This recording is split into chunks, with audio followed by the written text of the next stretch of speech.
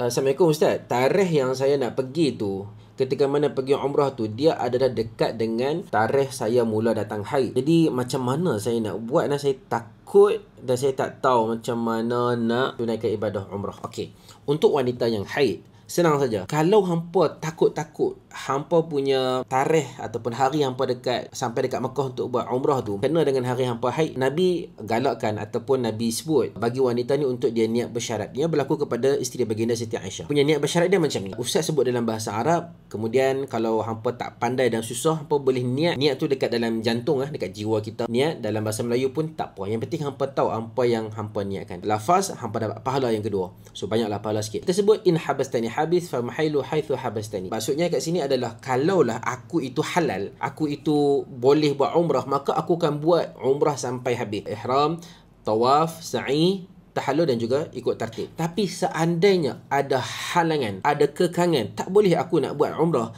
makanya aku bertahallul, aku berlepas diri. Cara dia macam mana? Contoh misal kata hampa sampai dekat sana, tiba-tiba sampai hotel keluar darah. So apa nak buat? Hampa kena tunggu darah kering dan sampailah hampa boleh buat umrah. Kalau kata nak balik tapi umrah tu masih lagi kita tak buat, maka hampa boleh bertahallul dan tak dikenakan dam. Kalau hampa tak nak bersyarat, hampa akan dikenakan dam.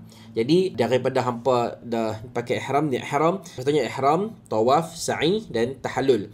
So sekarang ni tawaf dengan sa'i ni hampa tak boleh buat pasal duduk dekat dalam masjid. Kalau kita pakai pendapat majoriti tanpa kita pergi detail perbincangan ulama, tak boleh kita nak kotorkan masjid. Darah haid ni kotor lah. Jadi macam mana nak buat? Hanya sempat niat ihram dan tahallul. Benda ni tak payah masuk masjid pun tak apa. Jadi hampa kalau tak buat benda ni, hampa turun tahallul, hampa jam lah, maka tak dikenakan dam. Kalau tak kita dikenakan dam, kalau kita tak niat bersyarat. Jelas Kalau hampa faham, komen Alhamdulillah. Nanti Ustaz akan kongsi lagi tentang persoalan pendapat ulama berkaitan dengan ibadah umrah dan juga haji.